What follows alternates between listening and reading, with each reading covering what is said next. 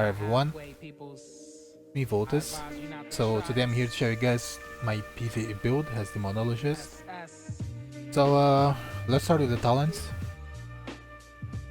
So here is all the spells, the damage spells rank 3 as usual. There's nothing much, no secret here, nothing to say about.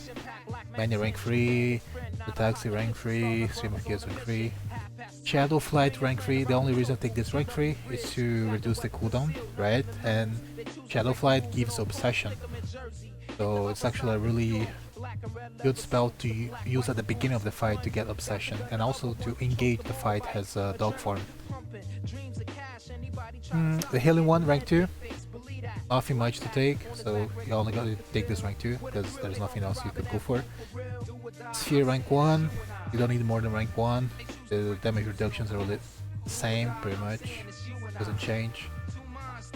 Stream of Chaos rank 3, that's your main ability to do one of your main abilities to do damage on AoE. So, and also buffs a lot of your team. It gives you like AoE vulnerability, it's really good. Veil Madness rank 3, this is your main defense, so you always want to have it rank 3. Then we have the healing one here, this healing thing, you can, I just took it because, well, nothing much to take.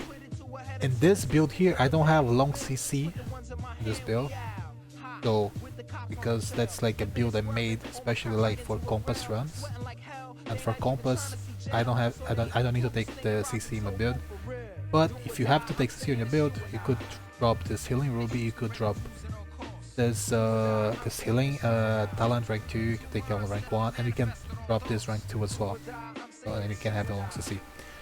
But since this build is melee based, like I just made this build based on my group, based on what we need, I don't have long CC in my build. I will rank 1, that's needed for some Allods for Encompass, for example the Fenia, through the boss in Fenia. You can use this at 20% of the boss to apply, so your teammates don't get knocked down, because the third boss knocked down everyone at 20%. So if you use this before 20%, they won't get knocked down. And also this ruby here is not really not really that important. It's good because you get some extra HP, so you can use it as a defensive ability. That's the only reason you have this. Temptation is just a CC. You can take like rank 3 maybe, in case you don't need to take this rank 2 rank, like you don't need to take long CC as well, but in case you have to take long CC, I already told you what to do. And in case you don't have, you could take this rank 3 as well, but it's not really a big deal. See, the trap is good to apply on the mobs that get vulnerability, so whenever you want to get the ads to die faster, you're gonna use this. But you're not gonna use this on bosses because you're gonna do less damage than the other spells, or most of them at least.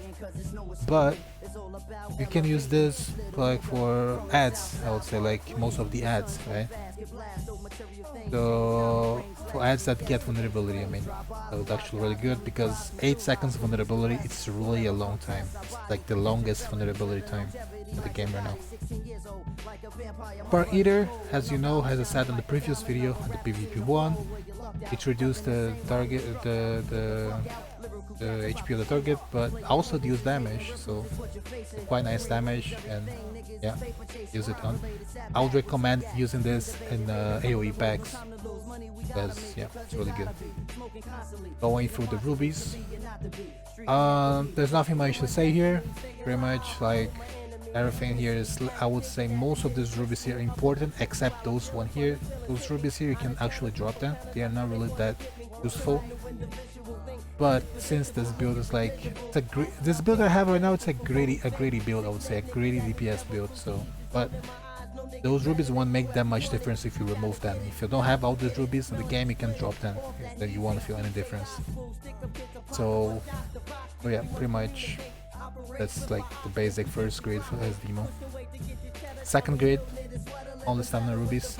As I said, you could actually drop those rubies here and take one single taunt. Like there's some bosses, not so bosses, but there's some mobs that you could like taunt And for some mechanics, like for example, the first boss in Nihai Citadel, you can actually be the second tank. You have the taunt in your build, right? So you don't need, so you guys don't need to go like with 2 tanks. You can just play with 1 tank and a second like DPS with taunt, and you can use your defense for the cone phase and stuff like this. So yeah. So third grid, you have to take those rubies here. Like comparing to the PvP one, those rubies for PvE, those rubies are like a must-have. So you need those rubies here. And yeah, here pretty much there's nothing much. So if you don't take those 3 rubies, as I said before, they are not really that necessary. But if you don't take them, you could take Astral Plane, or you could also take this rank 3, the pool rank 3, which is really good as well. So yeah, there's nothing much to say. I'm gonna show you guys a little bit how I do my rotations. So before the fight start, you always want to have as much as obsession as you can. So I would recommend use, like for example, you can use Shadow Flight, combine it with the Rift of Pain that you can use in giant form. So like use Shadow Flight, go giant, Rift of Pain, and you get a lot of obsession for the beginning, right? And make sure to don't use this all the time. The spell here gives a lot of I forgot the name in English now, but let me see if there's a name right in here somewhere. No, it's not. It's Russian. I forgot the name of the spell. But anyway, the spell here gives a lot of obsession, so make sure you're not like almost full and don't overlap the obsession cap. So like let's say if you're over 1.4, don't use the spell. Wait for use it after combat. So like you have to use Shadow Flight and Rift of Pain, you're gonna be almost full obsession. And it gonna depends how the fight gonna start. If it's a boss fight, you want to start as a dog form, and if it's an AoE fight, you want to start as human form. Starting as a human form, you pretty much like has full obsession. You're gonna start with Sea of Chaos always. As I said in the previous video, Sea of Chaos, once you have 10 stacks, it's gonna give you 15% damage boost. So what you're gonna do, always gonna try to get 10 stacks as fast as you can. Oh, something that you can also use all the time is this. Is Word Mystery. This Word Mystery is actually really good. It gives you like obsession for 1 minute. Really strong. Oh yeah, we'll start again with the AoE rotation. So let's say it's an AoE pack that we're gonna like do next fight, right? So I'm gonna Shadow Flight, I go Giant Form, Rift of Pain, and I got a lot of obsession right now. So I'm gonna use I'm gonna use the Sea of Chaos until I get the 10 stacks, right? So I'm gonna use this to get obsession. Then if I don't have enough, if I don't have 10 yet, I'm gonna use my Martyr and I'm gonna get 10. So once I have 10, I'm gonna use Mania in this Darkfire, because it's also gonna apply the things. And then you're gonna keep doing your rotation, tournament of cooldown 2, Stream of Chaos, and whenever tournament reset, you're gonna keep spamming tournament until you lose the buff. See, I could use 2 times now, but now I lost it again. So I'm gonna go back to Stream of Chaos, and then cast Desecration only when I cannot use any of those abilities, right? So when do you want to use Stream of Chaos? Stream of Chaos you want to use always when this Darkfire debuff is running out. So let's say 2 seconds run out, you use Stream of Chaos. Because the damage you're gonna do from the explosion, the Darkfire explosion, gonna do extra damage with the vulnerability from the Stream of Chaos, right? So for example, use this, and then wait a bit, and then that's a good moment to use Stream of Chaos, because you're gonna buff your teammates applying their vulnerability, and also you're gonna buff your damage from the Darkfire, right? I mean, I think for you it's pretty much like this. Nothing much to say. There's no secret. You just like, it's just pretty much a spam. You're just gonna spam when you have stuff on. Pretty much like this. Make sure you don't use. I mean, Stream of Chaos deals a lot of damage. It's one of your highest spell, but make sure you don't use at the same time the target has vulnerability already, because vulnerability it's really important. I mean, it's really good to make the ads die faster. So if you can't control and don't overlap the vulnerability of your teammates, actually, that's really good. So for example, if the warrior uses the might leap and apply vulnerability for 6 seconds, you can wait the 6 seconds and then use Stream of Chaos, and you're gonna have other like 6 seconds with vulnerability, you know? So that's something important to keep an eye on in case you wanna do faster runs, and yeah, if you wanna achieve higher points and contents. I'm going back. I'm gonna go to the, let's say, single target rotation, right? So you always gonna start a fight as a dog form. Always. You always want to start a fight invisible as a dog form, because once you go out of invis on dog, let's say, you see I have the invis debuff, and once I go out of invis, I get these buff here that increases my damage by 15% for 15 seconds. That's really strong. So that's from this rubies here, by the way, if you don't know. So you're always gonna stay the first 15 seconds of the fight on dog form, and after the 15 seconds of fight, you're gonna go back to pred form. So I'm gonna show you guys now the solo PV rotation, solo target PV rotation. So Shadow Flight, go Rift of Pain on giant form, go back to dog, go invis. You always have to go invis to get the 15% damage boost, don't forget this. And then you're gonna start with Sea of Chaos. Don't forget, you want to get Sea of Chaos to 10 stacks as fast as you can. So Sea of Chaos, you go this and Sea of Chaos again, Sea of Chaos again. Then you get some Obsession back, use Martyr as well for this. And Mania, because your Trinket Pop. I always try to combine Mania with your Trinket Pop, it's actually really strong. Okay, I still have 10 stacks. Okay, 10 stacks now. Now I do now I do way more damage than normal. So I can just spend my abilities. And now that I don't have the damage boost anymore, I go back to the pred form.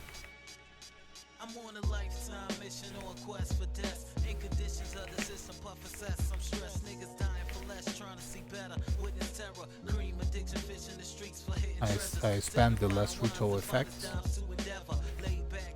because I get, don't forget that once you use a taxi, you get 3 stacks of last ritual that you can use even if you target full HP, full health, so it's actually really strong.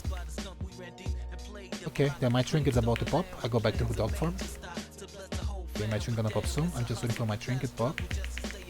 Okay, my trinket's up, so I'm gonna use Invis and attack the boss, so I get the 15% damage boost again in the middle of the fight, and I use Mania.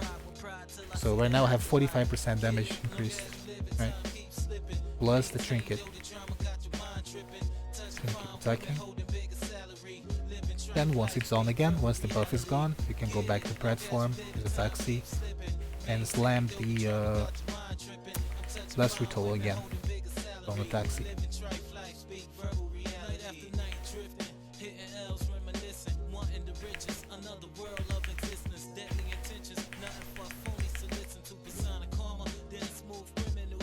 Okay, almost 2 minutes.